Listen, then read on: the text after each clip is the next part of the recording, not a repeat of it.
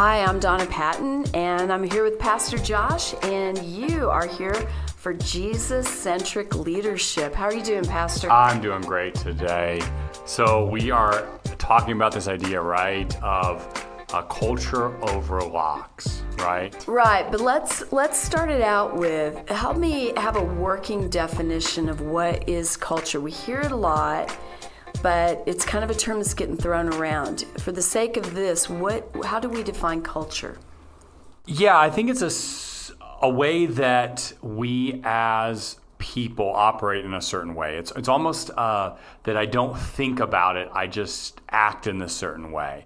And that's the goal of culture. And the reality when we say culture, you don't have to try to have culture, it just happens. But what we want to talk about is being more intentional with what culture we have. Because there's things about this. There's good culture and there's bad culture. Every family has things that they do that are really great and awesome. And it's like, this is what makes our family is this. And then we also have things probably about our families that we don't like. Okay, so my family, we have a culture of competition. Is that the right use of this? Yeah, absolutely. And again, there's good parts about that and bad parts about that. Just ask my daughter-in-law. Right. Yeah. And sometimes you don't even know your culture until somebody comes in and they're like, oh, this is kind of weird. And you're like, no, this is just who we are. Right. Well, that's culture. But we want to be intentional about that because do we have a culture that's following Jesus or a culture that's actually contrary to what Jesus said? So understanding your culture becomes a checkpoint. Are we at the right place? Are we not? Are we where we should be? Are we going where we want to go? Yeah, absolutely. Absolutely. Because how we embody our lives and live our lives without thinking is important, right? How we're following Jesus just naturally is important. Do I love naturally or do I have to work at love, right? And culture would say that, well, sometimes you have to work to do that love, but once it's truly culture, it's just kind of natural. It's who you are. You could use it's on brand, right? That's a popular thing to say right now. Right. So I'm intrigued by the topic. You give me these topics, right? And then we start talking. and I'm looking at culture over locks. What is that? Yeah, so a story, right? And sorry, Donna, it has to do a little bit with you. But when I came into Peace, we had literally, I think, like 50 keys. So like George, our kind of facilities guy, he made the joke. He's like, yeah, if I drove my car into a lake and got out of my car, I would sink because of all these keys in my pocket. And so I always wondered, like, why, since the first day here, and generally churches have a lot of keys because we have a lot of building projects, but I think we had more than even a normal church. Yeah, I think almost every different door had a different key. You're absolutely right. Right. And so I guess what I started figuring out when I had conversations with people, because I always want to know the why behind it. There's always a story. Right. But what I found out is that we didn't always all get along on staff, and we don't today either. We're not perfect. People don't always get along. But what we did is when we didn't get along with somebody, we would change a lock on the door, and that would theoretically keep somebody out. Right. And so that's one way to work together. Like, fences are valuable. It's good for there to be a fence between my neighbor and I because we know what's his and what's mine. But when we're talking about Jesus' mission, if our church is a part of Jesus' mission and our goal isn't how successful my part of the mission is, but our goal is about seeking and saving the lost and how we're doing that together. That's not always how we want to operate. We want to, have good culture, not just lock people out. Right. And now being on this side of the whole lock issue, did the shift in culture, so your desire was to see a shift in culture, that we could do better, that we didn't need to keep people out. I trust these people with my kids. Why can't I trust them in my office, right? Yeah. That kind of became your saying. So how did that shift of culture happen? I think it was in what I said and what I didn't say. So I think I started saying some things very intentionally And they don't right now, actually, but one of the things I would say is, we share our facility here. It's God's, it's not the schools or the ELCs or pastors. And I would say, and even the counters, the money counters on Sunday morning use my office to count in.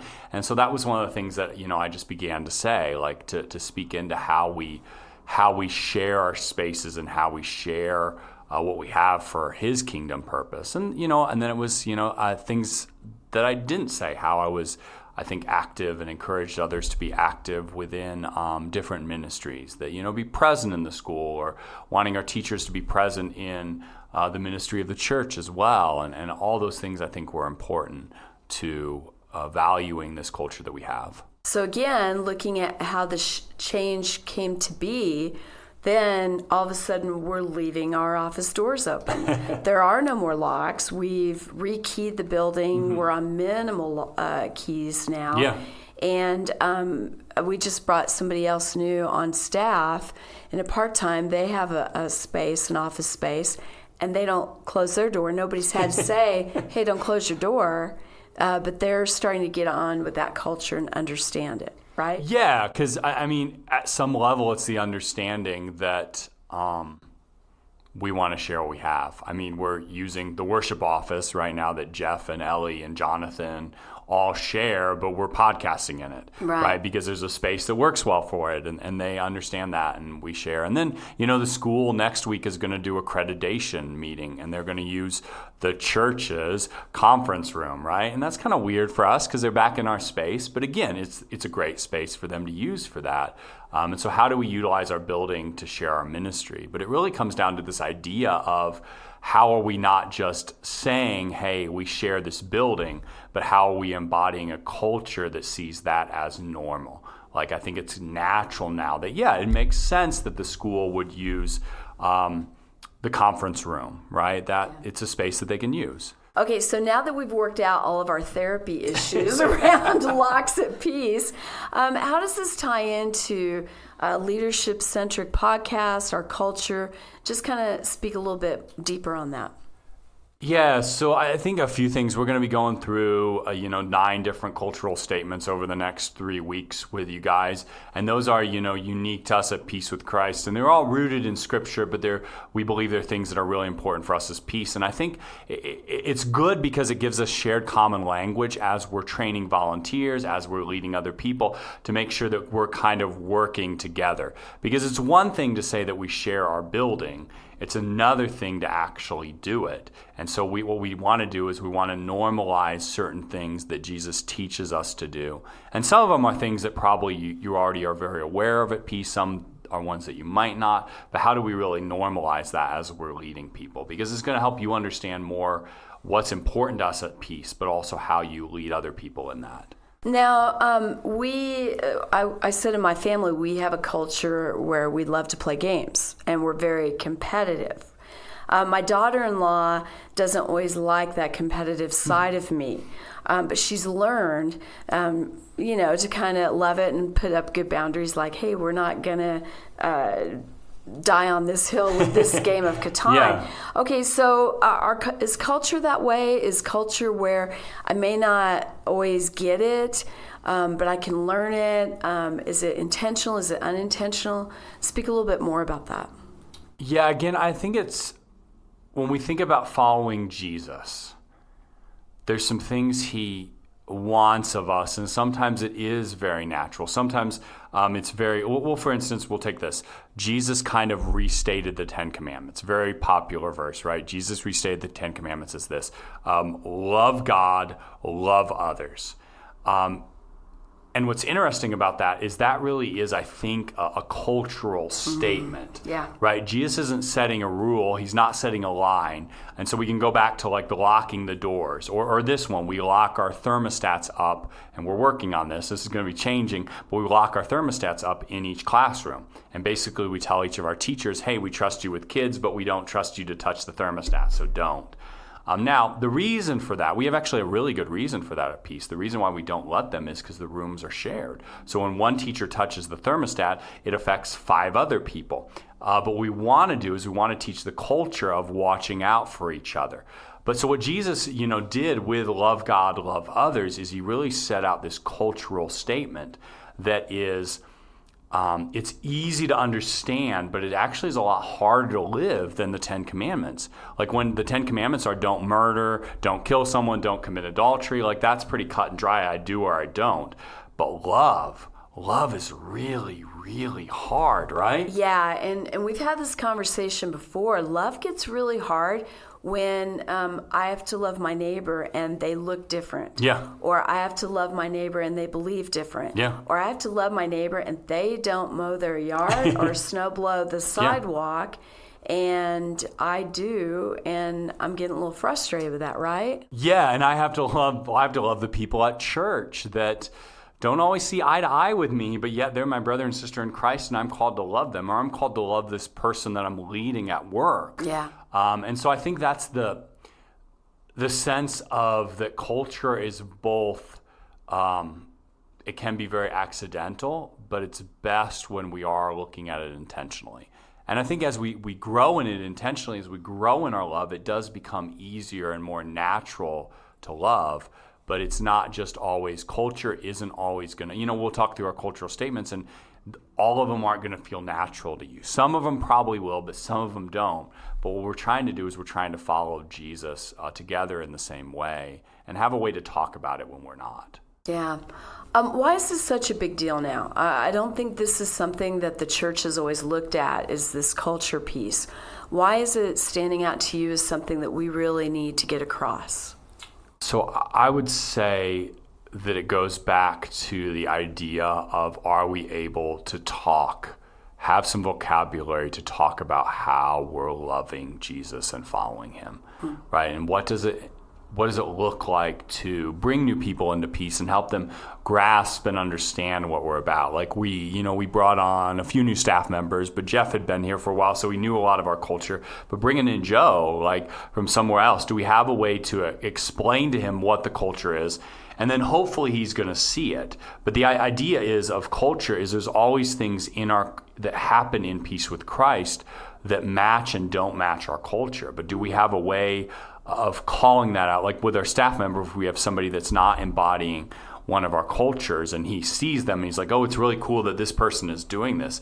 Do we have a way to explain that and say, hey, that might fit other places, like that might fit in a secular world, but that's really not the culture that we want to have at peace with Christ, and here's why.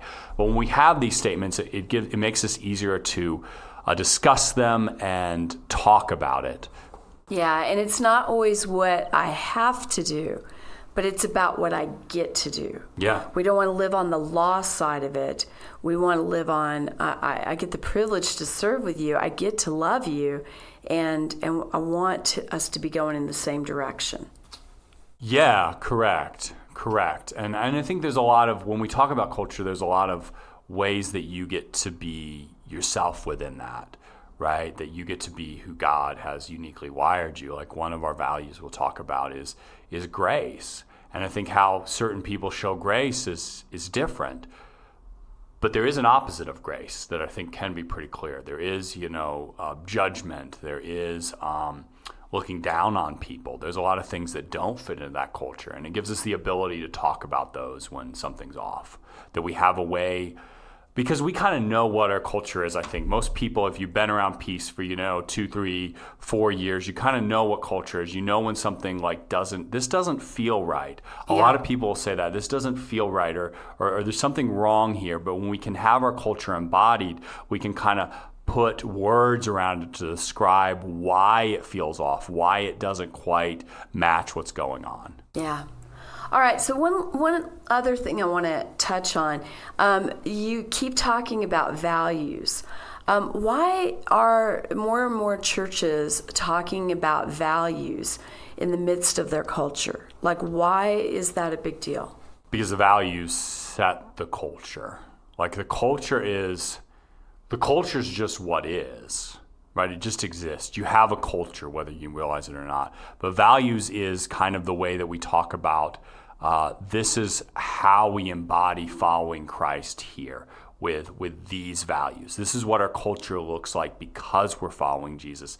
It's these values. Now, I was talking with some people yesterday, and they are of the founder generation. Mm-hmm. And when they started hearing that we're going to start talking about values in our Connect class, which is where people who are new to peace can be part of our church family, they were immediately like, whoa. Are we going to be teaching biblical values? Are we creating our own? How do you come up with the values, and are they biblical? Yeah, I think they all have to be biblical, and I believe when we're talking about them, we'll talk about how they fit into Jesus and how they fit into the Bible.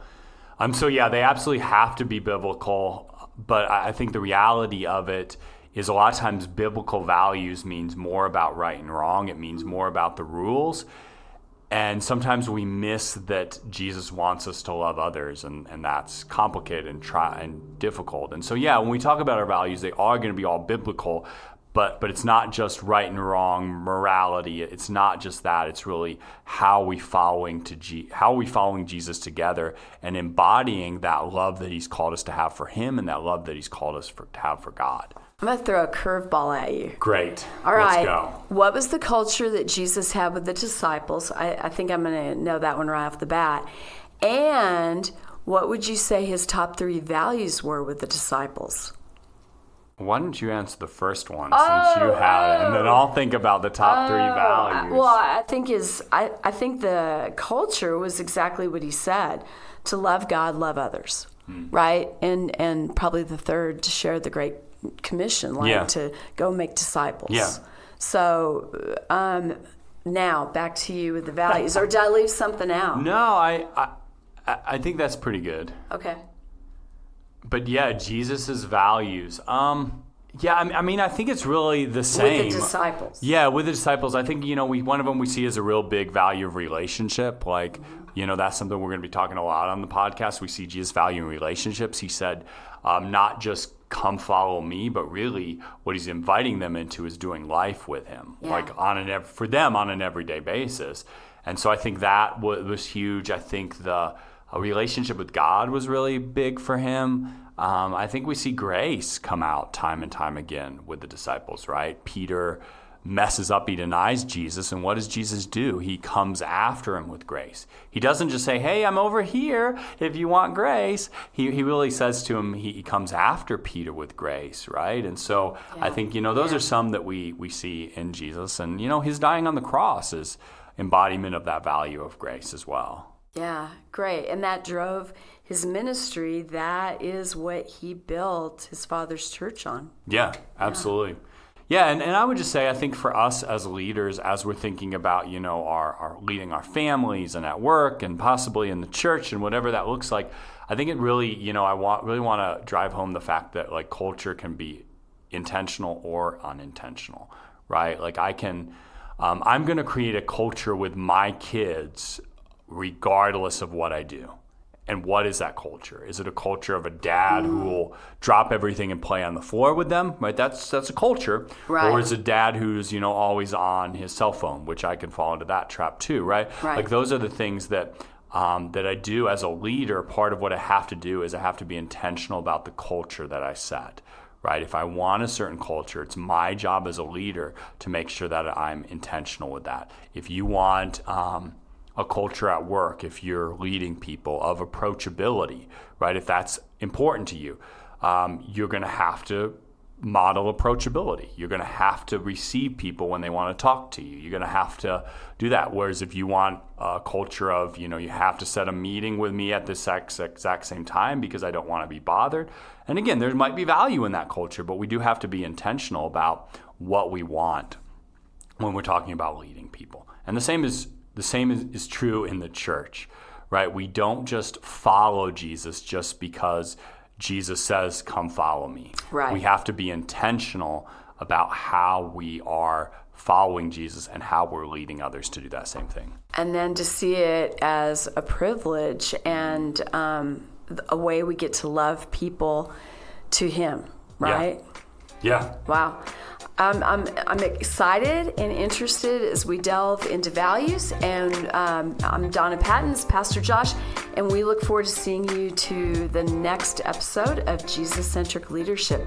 Thanks for joining us.